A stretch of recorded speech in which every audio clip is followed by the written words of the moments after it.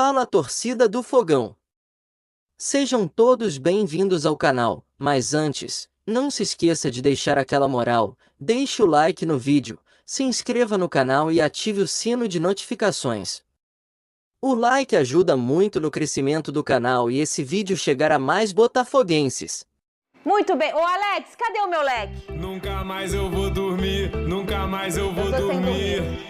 Eu dormi 3, acordei 5, aí já tava me abanando. Nunca mais eu vou Ai, minha... Ô, Cris, eu não tô merecendo minha labareda, não? Você tá triste comigo, Cris? Ah, tá.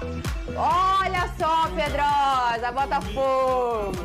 Tá se preparando pro jogo de volta das quartas da Libertadores contra o São Paulo no Morumbis. Motivação não falta, né, pra buscar essa classificação. Rodou. Nunca mais eu vou dormir. Segunda-feira de boas notícias no Botafogo. Enquanto se prepara para enfrentar o São Paulo nesta quarta-feira, peças importantes voltaram a treinar com o grupo.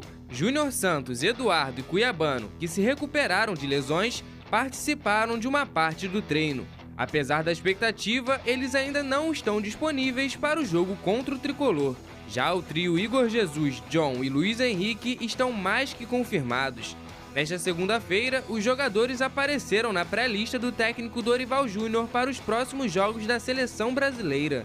Com 9 gols marcados em 41 jogos, Luiz Henrique assumiu a vice-artilharia do Botafogo na temporada, ficando atrás apenas de Júnior Santos, que marcou 18 gols. E é justamente de gols que o alvinegro precisa para se classificar para a semifinal da Libertadores. Após o empate em 0-0 no estádio Newton Santos, o Botafogo precisa vencer para se classificar.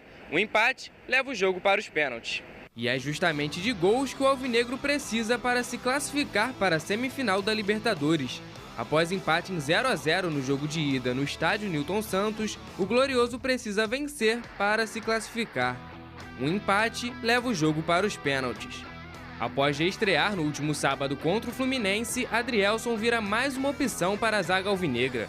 Botafogo e São Paulo se enfrentam nesta quarta-feira no Morumbis. Mais um jogo, mais uma etapa para ganhar. Passar mais uma.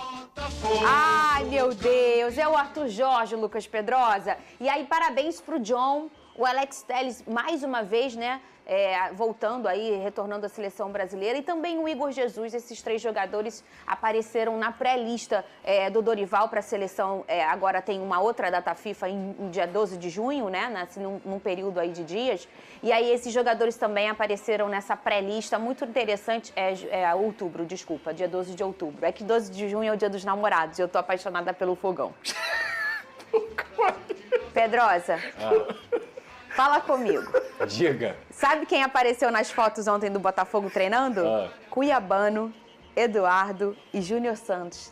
Treinando! Isso é muito importante para o Botafogo, principalmente o Júnior Santos. Eu considero que seja um jogador totalmente desequilibrante. No início da temporada ele chegou a ser o melhor jogador do Brasil com tudo que ele estava fazendo com a camisa do Botafogo. É um cara muito diferente que se encaixa perfeitamente também no esquema do Arthur Jorge, nessa bola coberta, nessa bola em profundidade, nessa forma também de você conseguir flutuar pelos lados. O Júnior Santos, para mim, sem dúvida, não menosprezando o Eduardo e Cuiabano, mas o Júnior Santos é o cara que pode fazer muita diferença para o Botafogo nessa reta final. O Júnior Santos, que nessa competição que é a Libertadores, ele agora é o maior artilheiro da história do Botafogo. Sim. Com 9 gols na Libertadores. Aí o povo fala, o Botafogo não tem tradição mesmo, o cara tem 9 gols na competição.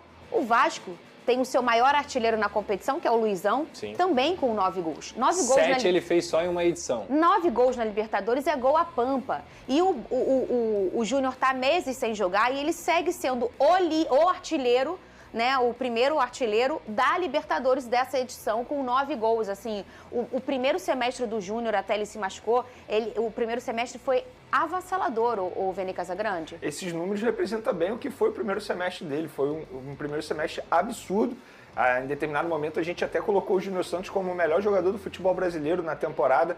De fato estava jogando muita bola. Claro que na ausência dele, o técnico Arthur Jorge conseguiu dar conta do recado, óbvio. O que ele tem à disposição facilita muito a vida do treinador. Mas sem sombra de dúvidas, desses 3 aí que voltaram a treinar no campo, o Júnior Santos com certeza é o que faz mais falta, digamos assim, entre aspas. Com certeza é o que vai mais ajudar. Óbvio, Depende de como ele vai retornar depois dessa grave lesão. Sempre fica aquela preocupação, aquele receio de como o jogador vai voltar depois de uma lesão grave como essa e um longo período inativo. Mas, sem sombra de dúvidas, o Júnior Santos será um jogador extremamente importante nessa reta final de temporada. Fisicamente, ele já mostrou que ele vai muito bem, obrigado.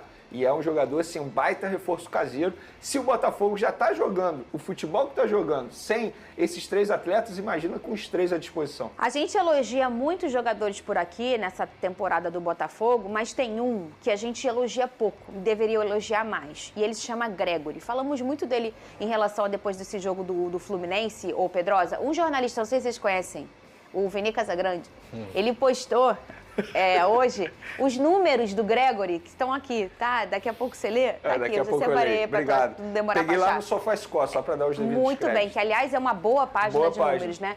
Pedrosa, que jogador é esse? Mas não impressiona. Quem já conhecia o Gregory, em 2019 ele era do Bahia, ele foi o melhor, foi eleito ali na função do 5, cabeça de área, o melhor na temporada ali do Campeonato Brasileiro. Ele é um cara que, além de ter muita técnica, ele transpira uma vontade de vencer impressionante, né, Pedrosa? Fisicamente ele é muito bom jogador, ele consegue preencher muitos espaços, é muito veloz, tem essa noção de roubada de bola como poucos, tanto é que o Felipe Melo reclama do lance, mas a roubada dele foi limpa, foi na bola, foi no corpo, mas num corpo numa disputa completamente normal.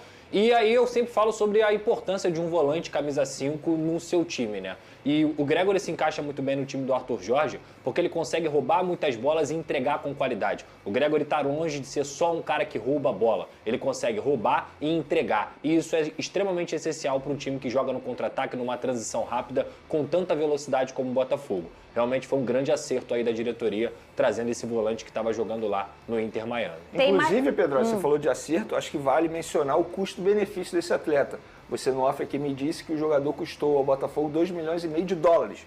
Ou seja, dá um pouco mais de 10 milhões de reais. 13 milhões e pouquinho 13 milhões. na época.